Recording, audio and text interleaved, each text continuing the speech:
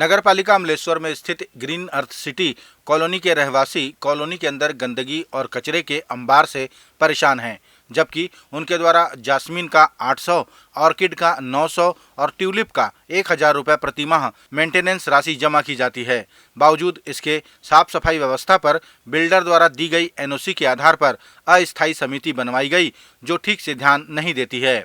Colony वासियों ने आरोप लगाया कि बिल्डर संजय श्रीमाल द्वारा गठित अस्थायी समिति रेरा के नियमानुसार नहीं बनी है।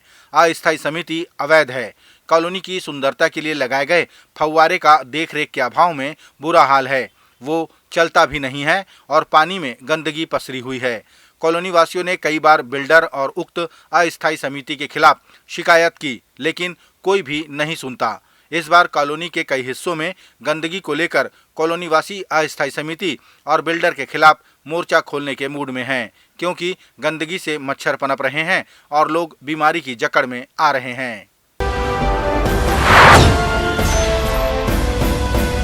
छत्तीसगढ़ के मुख्यमंत्री भूपेश बघेल ने बस्तर में आयोजित सभा में कहा कि हमने छत्तीसगढ़ में 4 घोषणाएं की हैं और आज राहुल गांधी 5वीं घोषणा भी करेंगे। सभी घोषणाएं छत्तीसगढ़ के विकास और जन जन की समृद्धि को ध्यान में रखते हुए की जा रही हैं। मुख्यमंत्री ने कहा कि हमारी सरकार जब किसानों का ऋण माफ करती है तो भाजपा के पेट में दर्द होता है। जब हम ऋण माफी करते हैं तो भारतीय जनता पार्टी वालों उनके पेट में पीड़ा होते। वो मन के थे किसान के काबर कर्जा माफी करा था, मैं के तोलत पैसा नहीं मांगा था। मैं मोर अन्नदाता है, यदि वो ताकतवर होते ते मन ला तकलीफ होते, लेकिन एकर मन यूं मन कर्जा माफी करते जी, लेकिन किसान के नहीं, मजदूर के नहीं, वो उद्योगपति मन के कर्जा माफी करते और 14.5 लाख परिवार 14.5 लाख करोड़ रुपया कर्जा माफी मन करे।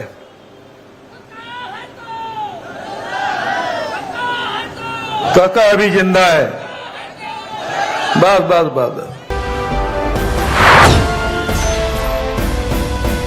छत्तीसगढ़ भारतीय जनता पार्टी के चुनाव सह प्रभारी मनसुख मांडविया, सांसद सुनील सोनी, पूर्व मंत्री चंद्रशेखर साहू समेत अन्य भाजपा नेताओं ने छत्तीसगढ़ के मुख्य निर्वाचन पदाधिकारी से मुलाकात की और बस्तर संभाग के कई जिलों में आचार संहिता के उल्लंघन की शिकायत की।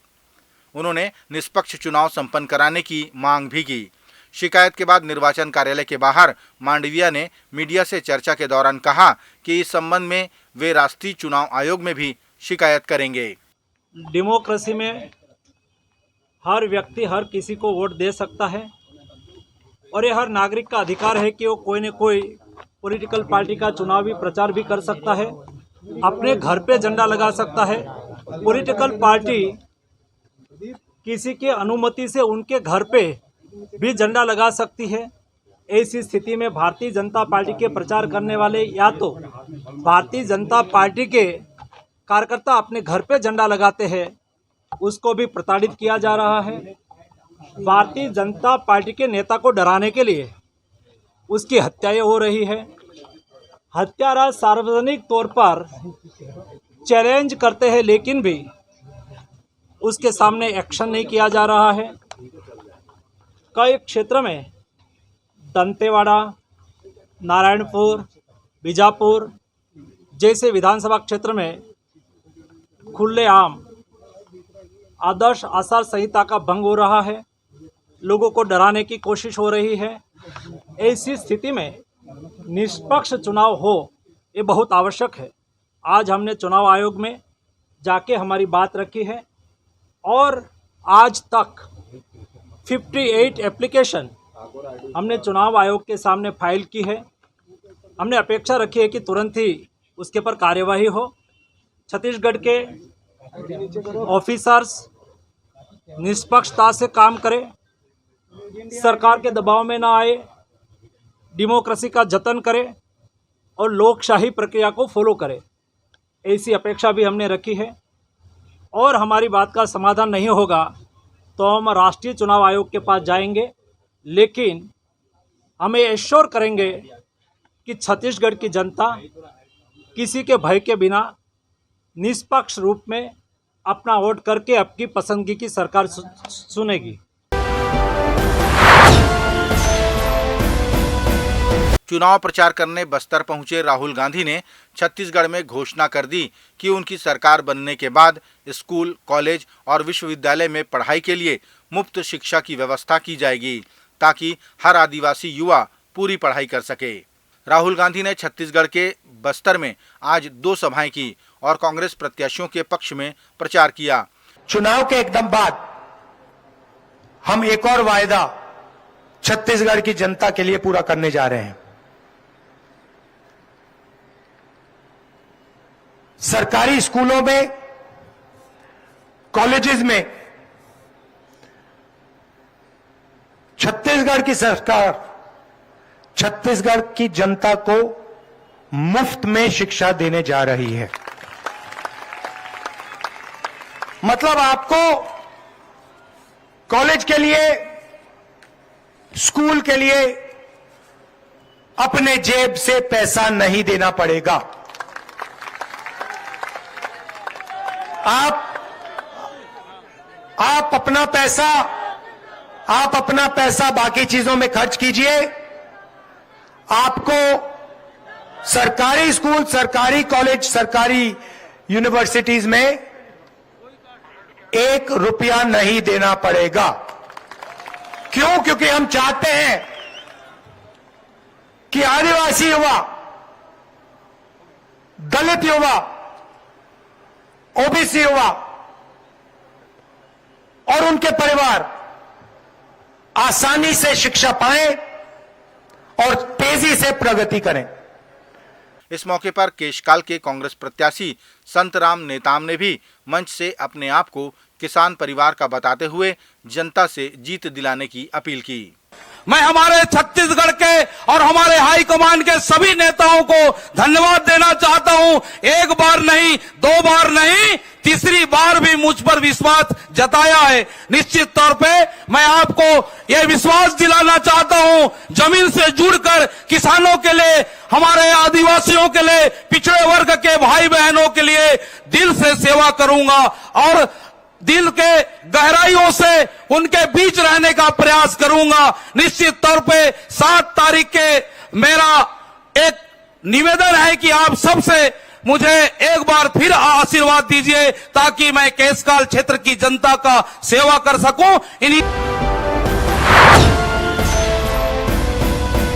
छत्तीसगढ़ भारतीय जनता पार्टी के प्रदेश अध्यक्ष अरुण साव ने कहा कि राहुल गांधी को छत्तीसगढ़ हिसाब लेकर आना चाहिए उन वायदों के जिनको वे 2018 के चुनाव में छत्तीसगढ़ की जनता से करके गए थे। साव ने उन वादों को फिर से याद दिलाया जो वादे कांग्रेस ने अपने घोषणा पत्र में किए थे। प्रदेश अध्यक्ष ने बताया कि लगभग 700 वादे कांग्रेस ने जनता से किए थे, लेकिन एक भी वादा पूरा नहीं किया। उन्होंने कहा कि राहुल गांधी पहले पूर्व के वादे का हिसाब दें, फिर कोई नया वादा करें। बड़े बड़े वादे, कुल मिलाकर कांग्रेस ने 700 से अधिक वायदे छत्तीसगढ़ की जनता से किए हैं, पर एक भी वायदा पूरा नहीं हुआ है। राहुल गांधी जी छत्तीसगढ़ की जनता को भरमाने की कोशिश न करें, 2018 के वायदों का हिसाब दें और तब फिर कोई नया वायदा करें। भारतीय जनता पार्टी द्वारा निष्पक्ष चुनाव की मांग को प्रदेश के मुख्यमंत्री ने गलत ठहराते हुए कहा कि कहीं कोई उल्लंघन नहीं किया जा रहा है, बल्कि पूर्णतः निष्पक्ष चुनाव की प्रक्रिया चल रही है। मुख्यमंत्री ने भाजपा के चुनाव सह प्रभारी द्वारा निर्वाचन आयोग में शिकायत को बेबुनियाद बताया। साथ ही कहा कि भाजपा हार के डर से उलूल जुलूल शिकायतें करने में लगी है। डीआईजी से मैं कहना चाहिए, ईडी आईटी के भी डर नहीं रहा, अधिकारियों पे इतना डर है, फिर भी उनको लग रहा है कि अधिकारी हमारे पक्ष में काम कर रहे हैं, निष्पक्ष काम कर रहे हैं। और इतना निष्पक्ष छत्तीसगढ़ में जितना हो रहा है उतना दूसरे प्रदेशों में नहीं हो रहा है।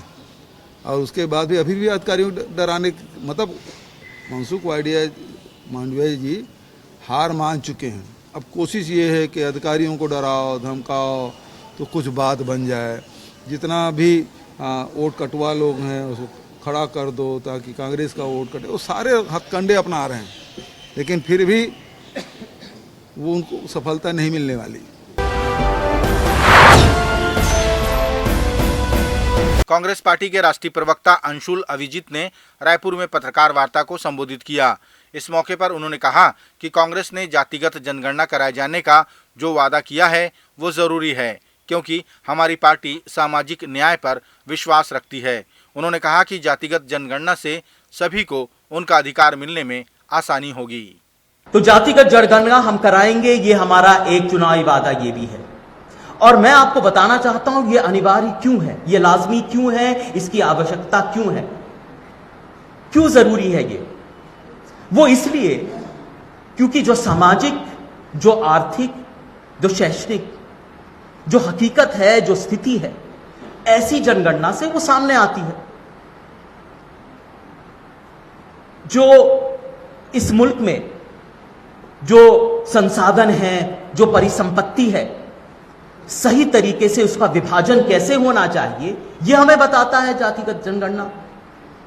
जो सरकारी तिजोरी में जो पूंजी है, जो धन है, इसका वितरण कैसे होगा, किस किस को होगा, कौन जरूरतमंद है, कौन मोहताज है, कौन महरूम है, किनकी दिक्कतें हैं, किनकी रंजिशें हैं, किनकी फरियाद है, उनको किस तरह से पैसा जाएगा, ये हमें बताता है। इसके लिए इसकी जरूरत है।